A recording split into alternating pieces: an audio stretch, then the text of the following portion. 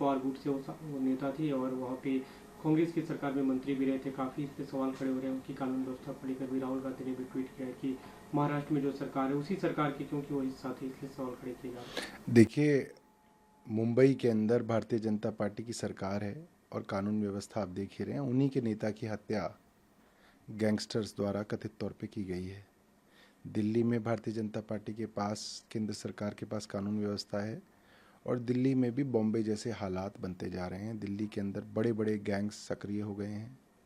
Businessman से protection money मांगा जा रहा है। अगर आपको काम धंधा करना है, चाहे आपकी दुकान है, चाहे आप बिल्डर हैं, चाहे आपका कोई बिजनेस है, चाहे आप कार बेचते हैं, आपको अपने ज़िंदगी को बचाने के लिए बड़े बड़े गैंगस्टर्स को प्रोटेक्शन मनी देनी पड़ रही है, नहीं तो गोलीबारी हो रही है, हत्याएं भी हो रही हैं। अभी GK1 के अंदर हत्या हुई। तो ये बहुत बुरे हाल हैं और मुझे लगता है कि भारतीय जनता पार्टी की, केंद्र सरकार का और राज्य सरकारों का पूरा समय राजनीति करने में जाता है। इनके लिए गवर्नेंस के पास कोई समय नहीं है। जी, वहाँ पे कल जब ये घटना हुई थी तो देवेंद्र फडणवीस जो बीजेपी के नेता मुख्यमंत्री में सरकार में वो पहुंचे थे। वहाँ के मुख्यमंत्री कि आप ही की सरकार है, आपकी सरकार का जो घटक दल है उसके नेता की हत्या हो गई। देखिए, कार्रवाई होगी नहीं होगी ये तो हम आज जानते नहीं हैं, मगर क्या ऐसा हुआ दिल्ली और मुंबई के अंदर कि इतने सारे गैंगस्टर सक्रिय हो गए? क्या सरकार इनको प्रोत्साहन दे रही है? सरकार की बैकिंग है? सरकार अपने काम भी क्या इन लोगों से कराती है, जिसकी वजह से इतने सक्रिय हो गए हैं कि अभी सरकार के और पुलिस के काबू नहीं आ रहे हैं? बहुत गंभीर स्थिति आ गई है और किसी भी आदमी का जो है जीना मुश्किल हो गया है। लोग दहशत में जी रहे हैं। GN साई बाबा जो दिल्ली यूनिवर्सिटी के प्रोफेसर रहे थे, काफ़ी साल जेल में रहे, उनकी मौत हो गई। उनके भाई ने कल जानकारी दी कि मतलब कुछ बीमारी थी उन्हें, लेकिन वो ठीक हो गए थे, लेकिन अचानक से फिर से तबीयत। देखिए, मैं ये कह सकता हूँ कि GN साई बाबा की हत्या हुई है। इसको स्लो मर्डर कहा जाता है और कई ऐसे तानाशाह हुए जिन्होंने अपने राजनीतिक विरोधियों की स्लो मर्डर करवाई।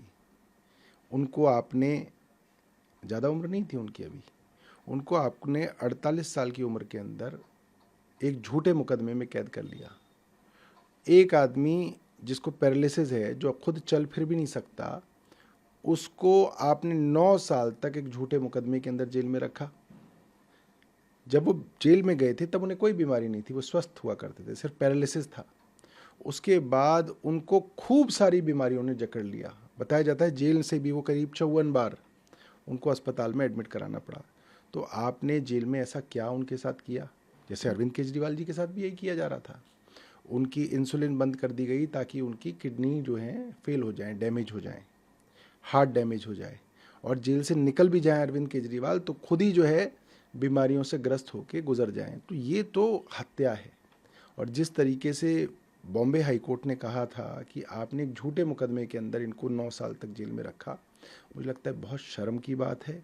और केंद्र सरकार जो इस वक्त देश के अंदर कर रही है, सबकी आंखें खोल देने वाली बात है। जी, डॉक्टर्स के साथ राज्यपाल कार्यालय की तरफ से जो उस पर प्रतिक्रिया, उसमें कहा गया कि NCCSA के कारण एक कार्रवाई रुकी हुई है और जो तत्कालीन मुख्यमंत्री थे अरविंद केजरीवाल और मौजूदा मुख्यमंत्री आतिशी और स्वास्थ्य मंत्री के तौर पे आप पे पूरी तरह से। देखिए, मैं LG साहब से पूछना चाहता हूँ, आप इतनी उम्र दराज आदमी हैं, अगर आपकी बेटी, LG साहब, अगर आपकी बेटी डॉक्टर होती और उसके साथ सेक्सुअल मोलेस्टेशन हुआ होता, हैरेसमेंट होता, तो आप NCCSA की वेट करते या पुलिस में जाके मुकदमा दर्ज कराते, उस MS की गिरफ्तारी करवाते?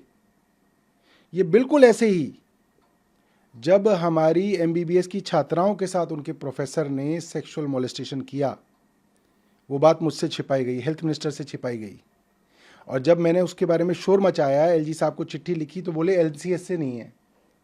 मगर मीडिया और हमारे दबाव के कारण LG साहब को उसको सस्पेंड करना पड़ा। आप कह रहे हैं कि आप NCCSA की वजह से नहीं कर पा रहे। जिस बेचारी महिला ने कंप्लेंट करी उसको आपने ट्रांसफर कर दिया बिना NCCSA के, वो भी ग्रुप ए ऑफिसर है, कैसे कर दिया? और जो आरोपी है उसको ट्रांसफर करने के लिए आप कह रहे हैं कि NCCSA की जरूरत है, वो भी ग्रुप ए ऑफिसर है, दोनों ग्रुप ए ऑफिसर हैं। जिसका उत्पीड़न हुआ उसको आपने उस हॉस्पिटल में ट्रांसफर कर दिया जहां पे उसका मॉलेस्टर रहता है, उस कैंपस में ट्रांसफर कर दिया बिना NCCSA के, वहां आपको NCCSA की जरूरत नहीं पड़ी। बहुत शर्मनाक बात है। मैं समझता था कि इतने सेंसिटिव मामले में एक बेटी के बाप होने के नाते एलजी साहब को थोड़ी शर्म आएगी और वो उसके ऊपर कार्रवाई करेंगे, मगर जिस तरीके की बहानेबाजी एलजी साहब बना रहे हैं वो शर्मनाक है। मैं पूछना चाहता हूं, अभी तक उस मॉलेस्टर के ऊपर एफआईआर क्यों नहीं हुई? क्या उसके लिए एनसीसीएसए की ज़रूरत है? पुलिस ने उसको अब तक गिरफ्तार क्यों नहीं किया? उसके लिए एनसीसीएसए की ज़रूरत है क्या? सिर्फ झूठ, सिर्फ फरेब। बहुत बहुत जो है दुख की बात है।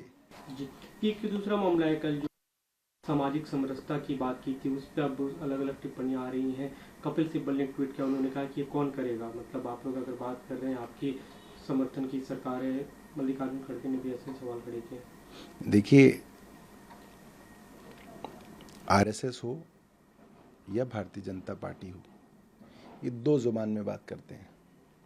विदेशों में जाएंगे तो कहेंगे हम सेकुलर हैं, वोट मांगेंगे